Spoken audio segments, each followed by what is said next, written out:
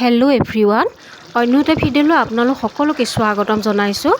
আজিৰ ৰেচিপি ভিডিঅ'টো হৈছে কঁঠালৰ মুচিৰে বনোৱা চব্জি। আৰু কঁঠালৰ মুচি এনেকুৱাকৈ বনালোঁ, একেবাৰে মাংসৰ দৰে টেষ্টি হৈছে।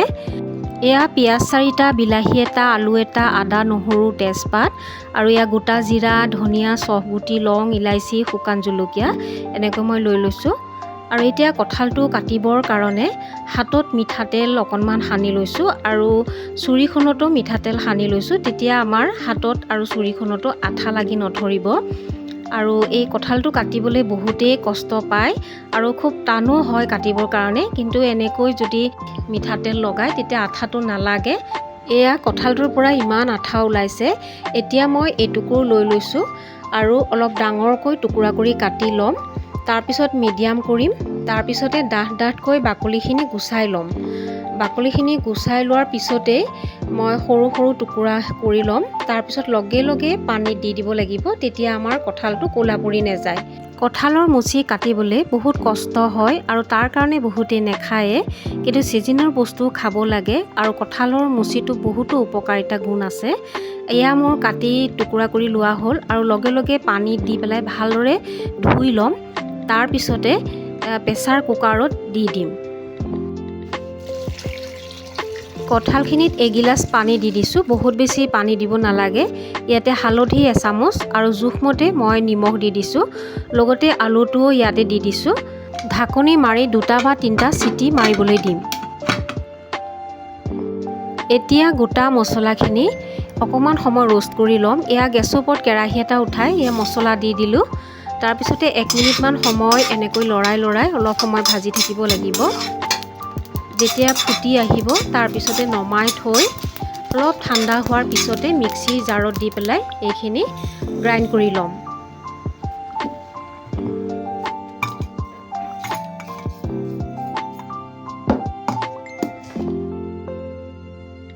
মছলাখিনিৰ পৰা বৰ ধুনীয়া গোন্ধ এটা ওলাইছে আৰু এই ঘৰত বনোৱা মছলা যিকোনো চব্জিত দিলেই বহুতো টেষ্ট হয়।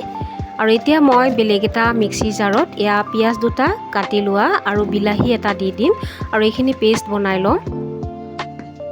বিলাহী আৰু পিঁয়াজৰ পেষ্টখিনি বনাই লোৱা হ'ল। এতিয়া কুকাৰত সিজিবলৈ দিয়া কঁঠালখিনি চাইছোঁ, ধুনীয়াকৈ সিজিছে।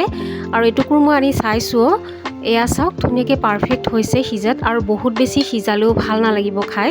আৰু এতিয়া মই পানীৰ পৰা উঠাই পেলাই থৈ দিলোঁ। আৰু এতিয়া গেছৰ ওপৰত কেৰাহী এটা উঠাই কেৰাহীটো গৰম হোৱাত ইয়াত মিঠাতেল দি দিলোঁ। মিঠাতেলখিনিও গৰম হ'ব লাগিব খুব ভালদৰে। তাৰপিছতে ইয়াতে মই কঁঠালৰ মুচিখিনি দি দিছোঁ আৰু কঁঠালৰ মুচিখিনি লৰাই 2 মিনিটমানৰ কাৰণে ভাজি লওঁ।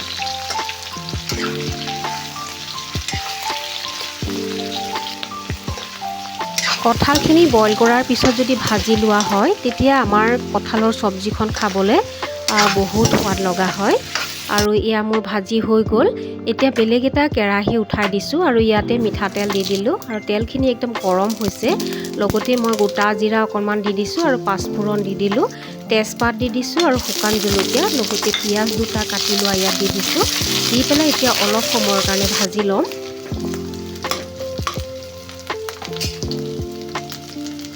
আদা নহৰু পিচি লোৱা এচামুচ দি দিছোঁ আৰু এতিয়া আদা নহৰুৰ কেঁচা গোন্ধটো যোৱালৈকে অলপ সময় লৰাই ভাজি থাকিব লাগিব।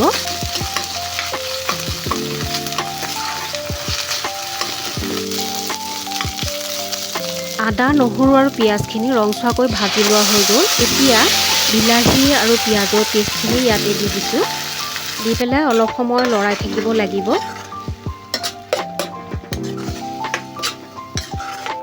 হালধি আৰু নিমখ জোখমতে দি দিছোঁ আৰু এতিয়া বিলাহী আৰু পিঁয়াজৰ পেষ্টখিনি 5 মিনিটৰ কাৰণে মিডিয়াম ফ্লেমত খুব ভালদৰে ভাজি ল'ম।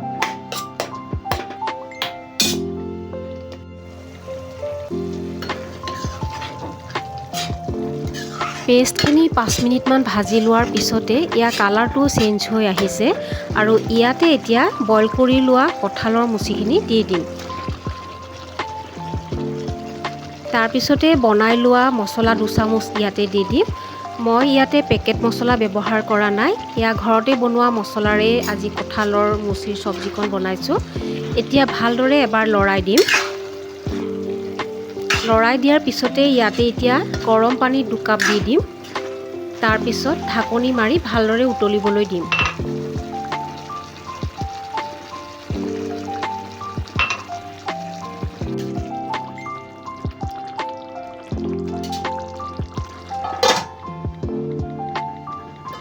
দুই মিনিটমান উতলিব দিয়াৰ পিছতে ইয়াতে লাল মিৰ্চ পাউডাৰ আধা চামুচ দি দিছোঁ আৰু শেষত গৰম মছলা অকণমান দি দিছোঁ। তেতিয়া আমাৰ কঁঠালৰ মুচিৰ চব্জিকণ খাবলৈ একেবাৰে মাংসৰ নিচিনাই লাগিব। আৰু মই অকণমান গ্ৰেভি এটা ৰাখিছোঁ। এয়া ধুনীয়াকৈ একেবাৰে শুকাই পেলোৱা নাই। আৰু এনেকৈ অলপ সময় লৰাই অলপ সময় ভাজি থাকি তাৰপিছতে নমাই থৈ দিম।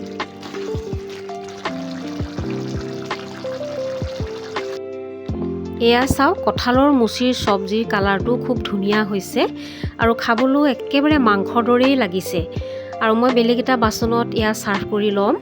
আৰু এয়া কঁঠালৰ মুচি ভাত, ৰুটি, নান, পোলাও সকলোৰে লগতে খাব পৰা এটা ৰেচিপি হয়। আৰু আজিৰ এই ৰেচিপিটো আপোনালোকৰ কেনেকুৱা লাগিলে? যদি ভাল লাগিলে তেতিয়াহ'লে লাইক এটা কৰিব আৰু মোৰ চেনেলটো ছাবস্ক্ৰাইব কৰিব। আজিলৈ আহিছোঁ। Thank U.